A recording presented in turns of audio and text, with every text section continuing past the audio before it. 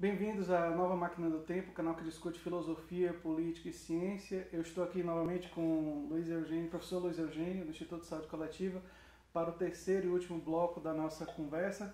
Por enquanto, porque quem sabe depois das eleições, já que a gente vai falar das eleições de 2018, ou um pouco antes, ou depois a gente pode ter uma nova conversa para recuperar isso aí. Bem, o terceiro bloco eu pensei a gente conversar sobre o crescimento de determinadas formas de pensar, até ligadas à internet, né, que estão em voga no Brasil. Culturalmente conservadores, eu acho que o brasileiro quase sempre foi, predominantemente. Né? O brasileiro não é necessariamente progressista, mas economicamente liberal me parece que é uma novidade. Nós estamos com um avanço do neoliberalismo, inclusive afeta um dos candidatos que eu acho que a gente deve conversar, que é o Bolsonaro, que eles têm uma trajetória conservadora culturalmente, mas neodesenvolvimentista do ponto de vista... Defendia o Estado forte... Estatizante e tal. Defendia o Estado forte numa tradição meio que dos militares, que defendiam o Estado forte em prol do capital, mas defendia o Estado forte. E mais recentemente ele está se afastando dessa perspectiva e me parece que tem a ver com os ventos do momento político atual dentro do Brasil. E já em termos mundiais, nós estamos vendo coisas como a Le Pen, que quase foi eleita, né, ficou em segundo lugar, o Macron ganhou lá na França, mas ameaçou, que é uma coisa proto-fascista. Tivemos o crescimento de partidos nazifascistas e fascistas pela Europa, vários países, Suécia, Dinamarca. Aí tem a ver com imigração e outros problemas que não afetam o Brasil. Mas nós tivemos a eleição do Trump apoiado pela direita alternativa, que tem muitos elementos fascistas, e o próprio Trump, embora eu não considere ele necessariamente fascista, o discurso dele apelou para esses segmentos inquestionavelmente. E nós temos no Brasil um discurso pró-ditadura militar, bem hostil aos homossexuais, o elemento de xenofobia do Bolsonaro, que lembra, né, essas outras tradições. Então vamos por partes. Vamos falar primeiro do liberalismo no Brasil, Partido Novo e tal. Como é que o senhor vê esse crescimento do pensamento liberal? Que já houveram outros ventos, né, nos anos 90, Chicago Boys, mas enfim. O pensamento liberal sempre teve muito forte no Brasil. Teve no governo durante muito tempo. O Collor foi eleito com essa plataforma do Estado mínimo, da redução do Estado, do funcionalismo público como composto por marajás. Depois o Fernando Henrique absorveu uma parte disso, né? Ele que vinha com um discurso, enfim, Partido Social Democrata adere, seguindo o Tony Blair com o Partido Trabalhista na Inglaterra, a chamada Terceira Via, enfim, que é na verdade isso. Então sempre esteve muito forte. Houve uma pequena inflexão durante aí os anos do PT, no governo, com Lula e com Dilma, de uma contraposição a essas políticas neoliberais, com o fortalecimento da intervenção do Estado na economia, mas também muito discreta, né? A gente vê que ao mesmo tempo que houve uma pequena distribuição de renda, expansão de programas sociais... Aumento do salário mínimo, essas coisas?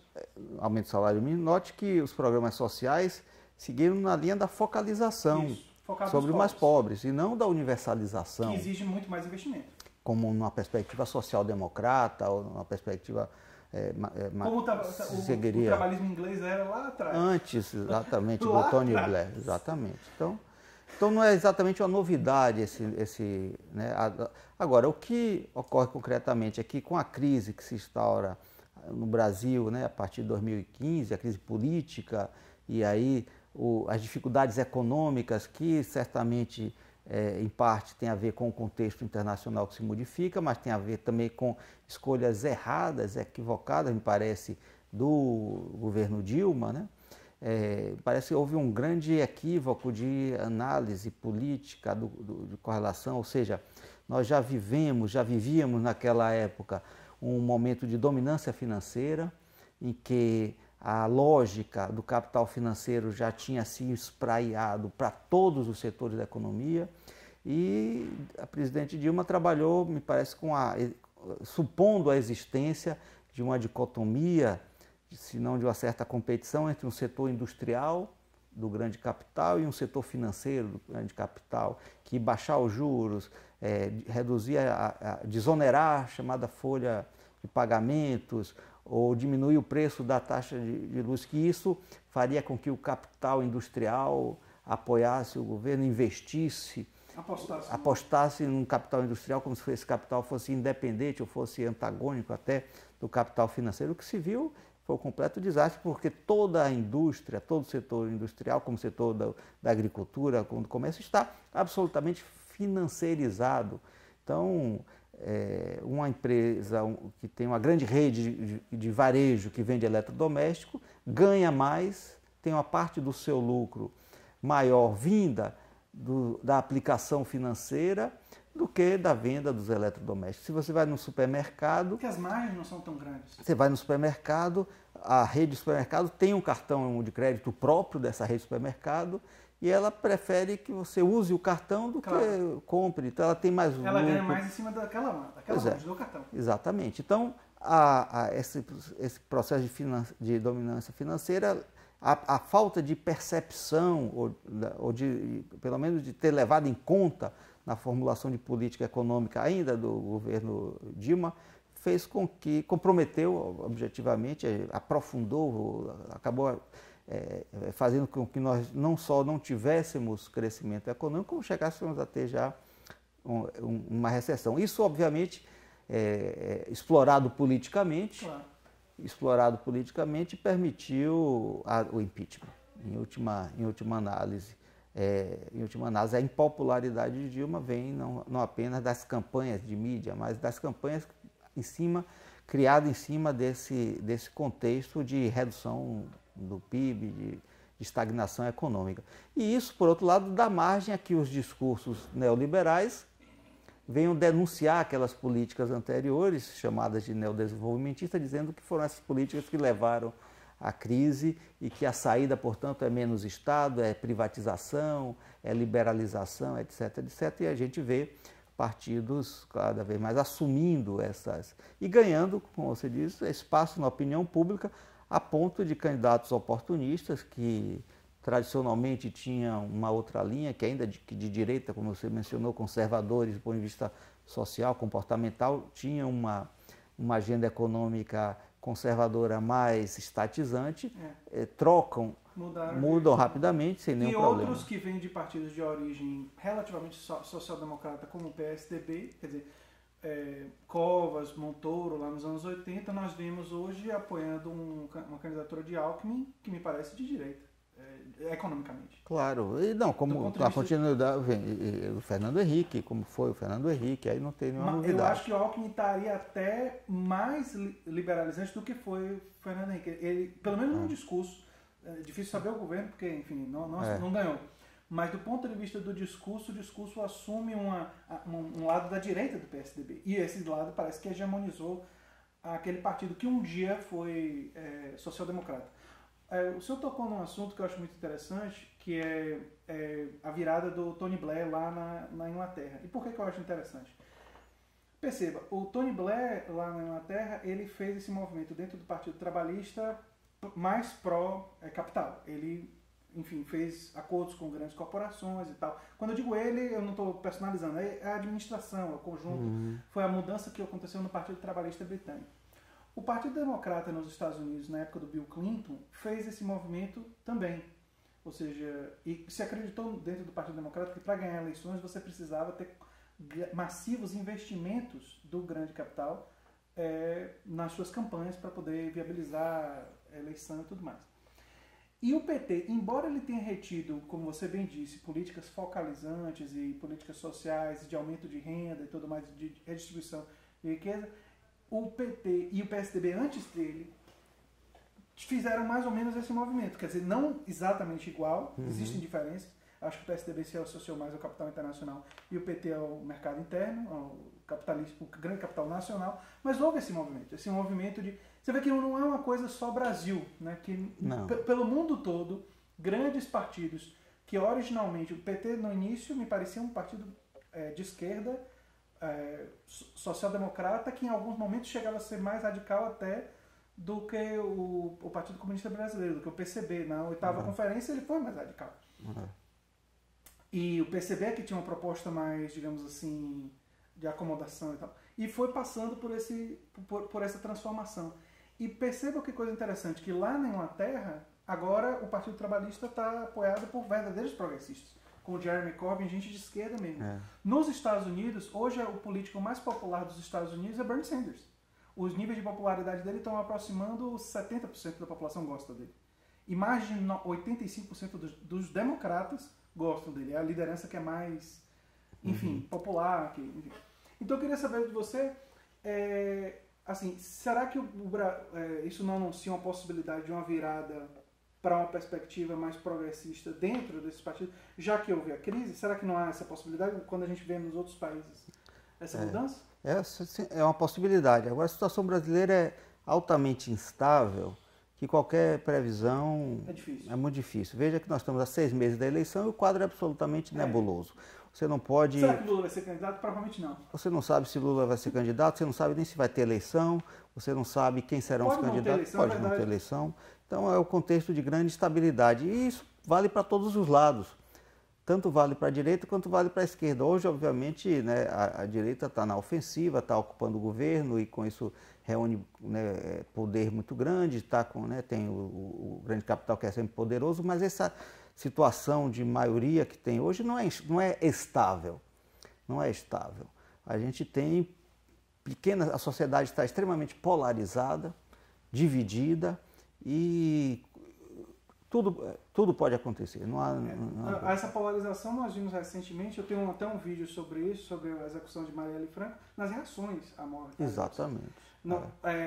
Eu imaginava, talvez ingenuamente, que uma sociedade predominantemente influenciada pelos valores cristãos, como brasileira, mesmo com a polarização, a morte, assim, haveria uma pequena trégua, né? E não teve negócio de trégua, não. A sociedade está muito polarizada e as pessoas aproveitam, às vezes, um momento de uma tragédia como essa para expor a sua hostilidade. Exatamente.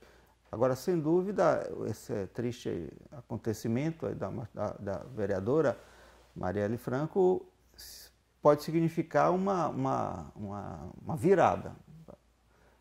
Ou seja, a esquerda que estava absolutamente na defensiva, acuada, essa execução, se rapidamente a intervenção federal no Rio de Janeiro não conseguir identificar os criminosos, ela vai estar absolutamente desmoralizada.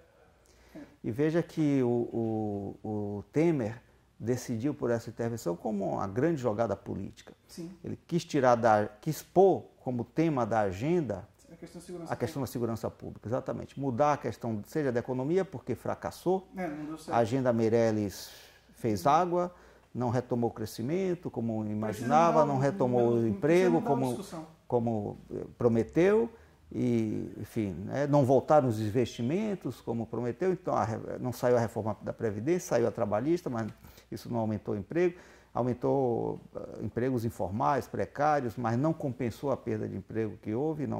Então ele quis mudar de agenda para poder ter alguma competitividade numa eleição, já se lançou candidato. Obviamente, se ele consegue, se a intervenção federal no Rio de Janeiro consegue identificar os criminosos, punir exemplarmente, isso vai lhe dar um fôlego e é nisso que ele está apostando nesse momento.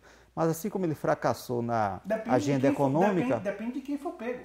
Porque se for um crime político, eu não sei, investigação em curso, eu não sou autoridade, não entendo de investigação policial, mas se for crime político, me parece que existe uma oportunidade para colocar a questão assim, existe liberdade de expressão no Brasil? Porque se ela foi morta pelas ideias dela, o grande perigo é a autocensura. É tipo, certas ideias você não pode dizer, porque senão você pode ser executado por isso, quer dizer. Claro. E aí me parece que um mote dos partidos progressistas deve ser dizer, nós devemos defender um país que respeita os direitos das pessoas em terem as suas ideias e defenderem publicamente. Não, e mais que isso, acho que a gente deve deixar muito claro, porque você precisa ver também o seguinte, quem é o candidato, Temer está tentando encampar essa bandeira. Mas quem é o candidato que tem se colocado como principal defensor dessa bandeira da segurança pública? É o Bolsonaro. É o Bolsonaro. E veja, e as pessoas que apoiam o Bolsonaro, são elas todas fascistas ou simpatizantes do fascismo? Não necessariamente. Não são. Não. Mas elas são sensíveis a essa questão. Elas estão com medo de andar na rua, claro. Elas estão com medo de estar em sua casa. Então, é preciso demonstrar, isso é tecnicamente fácil, politicamente pode não ser, demonstrar que uma candidatura, uma eventual eleição de um candidato como Bolsonaro vai aumentar a insegurança, vai aumentar a violência. Como está acontecendo no Rio, claro. Ele promete, exatamente, ele promete a segurança, mas ele não é capaz de entregar, ele não é capaz de cumprir essa promessa, porque ele incita o ódio, porque ele estimula a violência, que a prática dele é contrária ao discurso dele. Então é isso que precisa ser denunciado, é isso que precisa ser dito muito claramente para esse cidadão bem intencionado, preocupado com a segurança da sua família, do seu filho, que vê nesse personagem político a pessoa que pode lhe garantir segurança. Essa pessoa que está lhe vendendo e prometendo segurança isso se viu agora no episódio da morte da Marielle Franco. Ele se recusou a dar qualquer declaração, depois mencionou a morte dos policiais, que ninguém... Quando a gente sabe que Marielle Franco defendia os policiais também, e há depoimentos de líderes e de policiais militares falando da importância dela no combate à violência, também contra os policiais honestos, os policiais... Enfim, então é preciso... Não tem eficácia política denunciar Bolsonaro como protofascista, ou como fascista, ou como homofóbico, ou como contra as mulheres. Isso atinge o público que já é contra Bolsonaro. O que tem que se mostrar para a população toda é que Bolsonaro vai levar ao aumento da violência, ao aumento da insegurança pública para todos. Foi interessante você ter falado assim, as pessoas que apoiam Bolsonaro não são fascistas, é óbvio que não. Tem um grupo de militantes claro, mas a massa da eleitores não. Quando você pega, sei lá, 20% da população brasileira, com certeza não. A maioria não são fascistas.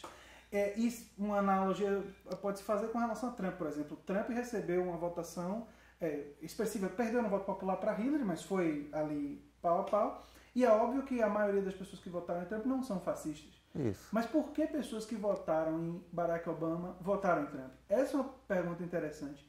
E isso talvez esteja explicado em parte porque Hillary Clinton recebeu, e a família Clinton recebeu $3 bilhões ao longo da vida de grandes corporações. Quer dizer, como é que um trabalhador, uma pessoa que vinculada a sindicato e tal, vai votar em Hillary Clinton diante desse fato? Quer dizer, ele prefere acreditar em mentiras vazias, em um aventureiro, um cara que não tem trajetória política, mas que diz que vai estar do lado dele, do que votar numa pessoa que ele sabe que não vai estar do lado dele. Ele tem a evidência. Porque aqui, pessoas que dizem que votariam em Lula, quando você diz se Lula não for candidato, você vota em quem? Eu voto em Bolsonaro. E você percebe aí que existe, não é um voto ideológico. Exatamente. É um voto que tem a ver com algumas emoções, que tem a ver com uma percepção da realidade, medos. É um eleitor que está votando com base em emoção. Então, eu acredito que a nossa posição do ponto de vista dos democratas, dos socialistas, em relação a esse período agora, não se trata de discutir nomes de candidaturas, se trata de discutir linhas programáticas. E eu vejo aí 3 linhas fundamentais a serem defendidas. Em primeiro lugar, uma retomada do desenvolvimento inclusivo, com inclusão social, portanto, e sustentável, com respeito ao meio ambiente, com a preservação do meio ambiente. Em segundo lugar, uma defesa da democracia que está sob ameaça. Com certeza. E quando você ameaça a liberdade de expressão, está ameaçando a democracia. Exatamente. Elas estão interligadas. Exatamente. Então, a defesa da democracia que passa também pelo combate à corrupção, pela denúncia e pelo combate à corrupção, que permeia as nossas instituições todas, não somente o executivo, o legislativo, mas também o judiciário, também as instituições que estão aí, enfim, por toda parte. E, em terceiro lugar, a garantia dos direitos sociais. Saúde, educação e, destacando, direito à segurança. Então, acho que em torno desse programa, retomada do desenvolvimento inclusivo sustentável, fortalecimento e preservação da democracia, incluindo a democratização da mídia e garantia dos direitos sociais, saúde, educação e segurança e prioridade, precisamos identificar e formar uma ampla coalizão de forças políticas, não exclusivamente de esquerda, de centro-esquerda, eventualmente de centro-direita, que se articulem, que se unam em torno desse programa e, a partir daí, a identificação de quem seria o candidato, quais seriam os candidatos capazes de defender com maior credibilidade, de defender com maior respeitabilidade perante o público, perante os eleitores, essa ideia. Estou em pleno de acordo e acho muito importante o senhor ter retomado a ideia de a esquerda retomar a ideia de direitos sociais universais como uma bandeira. Isso. É importante, porque me parece, essa é uma leitura que eu faço desses grandes partidos de esquerda do ponto de vista histórico, que eles entraram em crise e deram margem para um protofascismo crescer, porque eles perderam contato com esses valores, perderam contato com essas ideias. Aconteceu com o Partido Democrata nos Estados Unidos e aconteceu com o Partido Trabalhista Britânico, quer dizer, quando foi Blair, quando foi Clinton, e aconteceu no Brasil, acho que com o FHC em menor escala com Lula, mas também o PT, ele, como você mesmo reconheceu, ele atuou na focalização, que é importante. Não são coisas elas contraditórias. Não são contraditórias, elas podem ser complementares, até porque, se eu não me engano, o Bolsa Família é menos do que 1% do PIB, quer dizer, uma coisa, do ponto de vista irrisório, do curso, é irrisório e é importante. Então, isso daí não entra em questão, mas a importância da esquerda, e aí quando eu falo esquerda, todas as tendências de esquerda retomarem a defesa dos direitos sociais universais como uma bandeira, me parece central. E a popularidade de quem fez isso no plano internacional mostra que é possível. Que é possível se tornar popular. Claro que essas pessoas não se tornaram populares apenas por causa disso. Existe uma série de outros fatores conjunturais. Mas, por exemplo, a gente estava falando no primeiro bloco de direito à saúde. Eu não sei se você sabia, mas o primeiro político de grande amplidão nos Estados Unidos a dizer saúde deve ser um direito de todo cidadão foi Bernie Sanders. Eu não sabia disso. Assim, um político de grande expressão, senador, uma pessoa que realmente tem uma grande expressão, e ele, quer dizer, encampou essa defesa. Então, me parece que o Brasil, eu estou em pleno acordo. Precisamos concordar primeiro nas ideias e a construção de um projeto político. E para quem não sabe, o canal A Nova Máquina do Tempo, essa minha ideia de ter um canal no YouTube, ela é voltada tanto para divulgar a ciência, divulgar filosofia, discutir essas questões, mas também tem um viés político. Eu chamo esse viés de... Claro que o rótulo não é o mais importante, eu uso um rótulo talvez até mais obscuro, justamente porque força a explicação, que eu chamo de uma perspectiva libertária de esquerda, radicalmente democrática e que tenha unidade com esses valores. Eu acho que nossa conversa foi ótima, porque eu nem esperava que o senhor fosse expressar tanto dessas ideias, né? Eu sabia que o senhor era de esquerda, mas não sabia que a gente tinha tanta unidade em relação ao projeto. Então foi uma surpresa, não pense que foi combinado, não. Muito obrigado, então. Não. Eu quero então... Sucesso. Eu quero então finalizar aqui o terceiro bloco agradecendo ao professor Luiz Eugênio, não só pela disponibilidade do tempo, mas pela gentileza de ceder o espaço aqui do auditório do Instituto de Saúde Coletiva para a realização dessa conversa. Inclusive, ele já me disse que se for um outro professor do ISC ou um convidado que esteja aqui, haja possibilidade, essa gentileza vai permanecer. A Robério Lopes na Câmara e tudo mais. E dizer para vocês que se vocês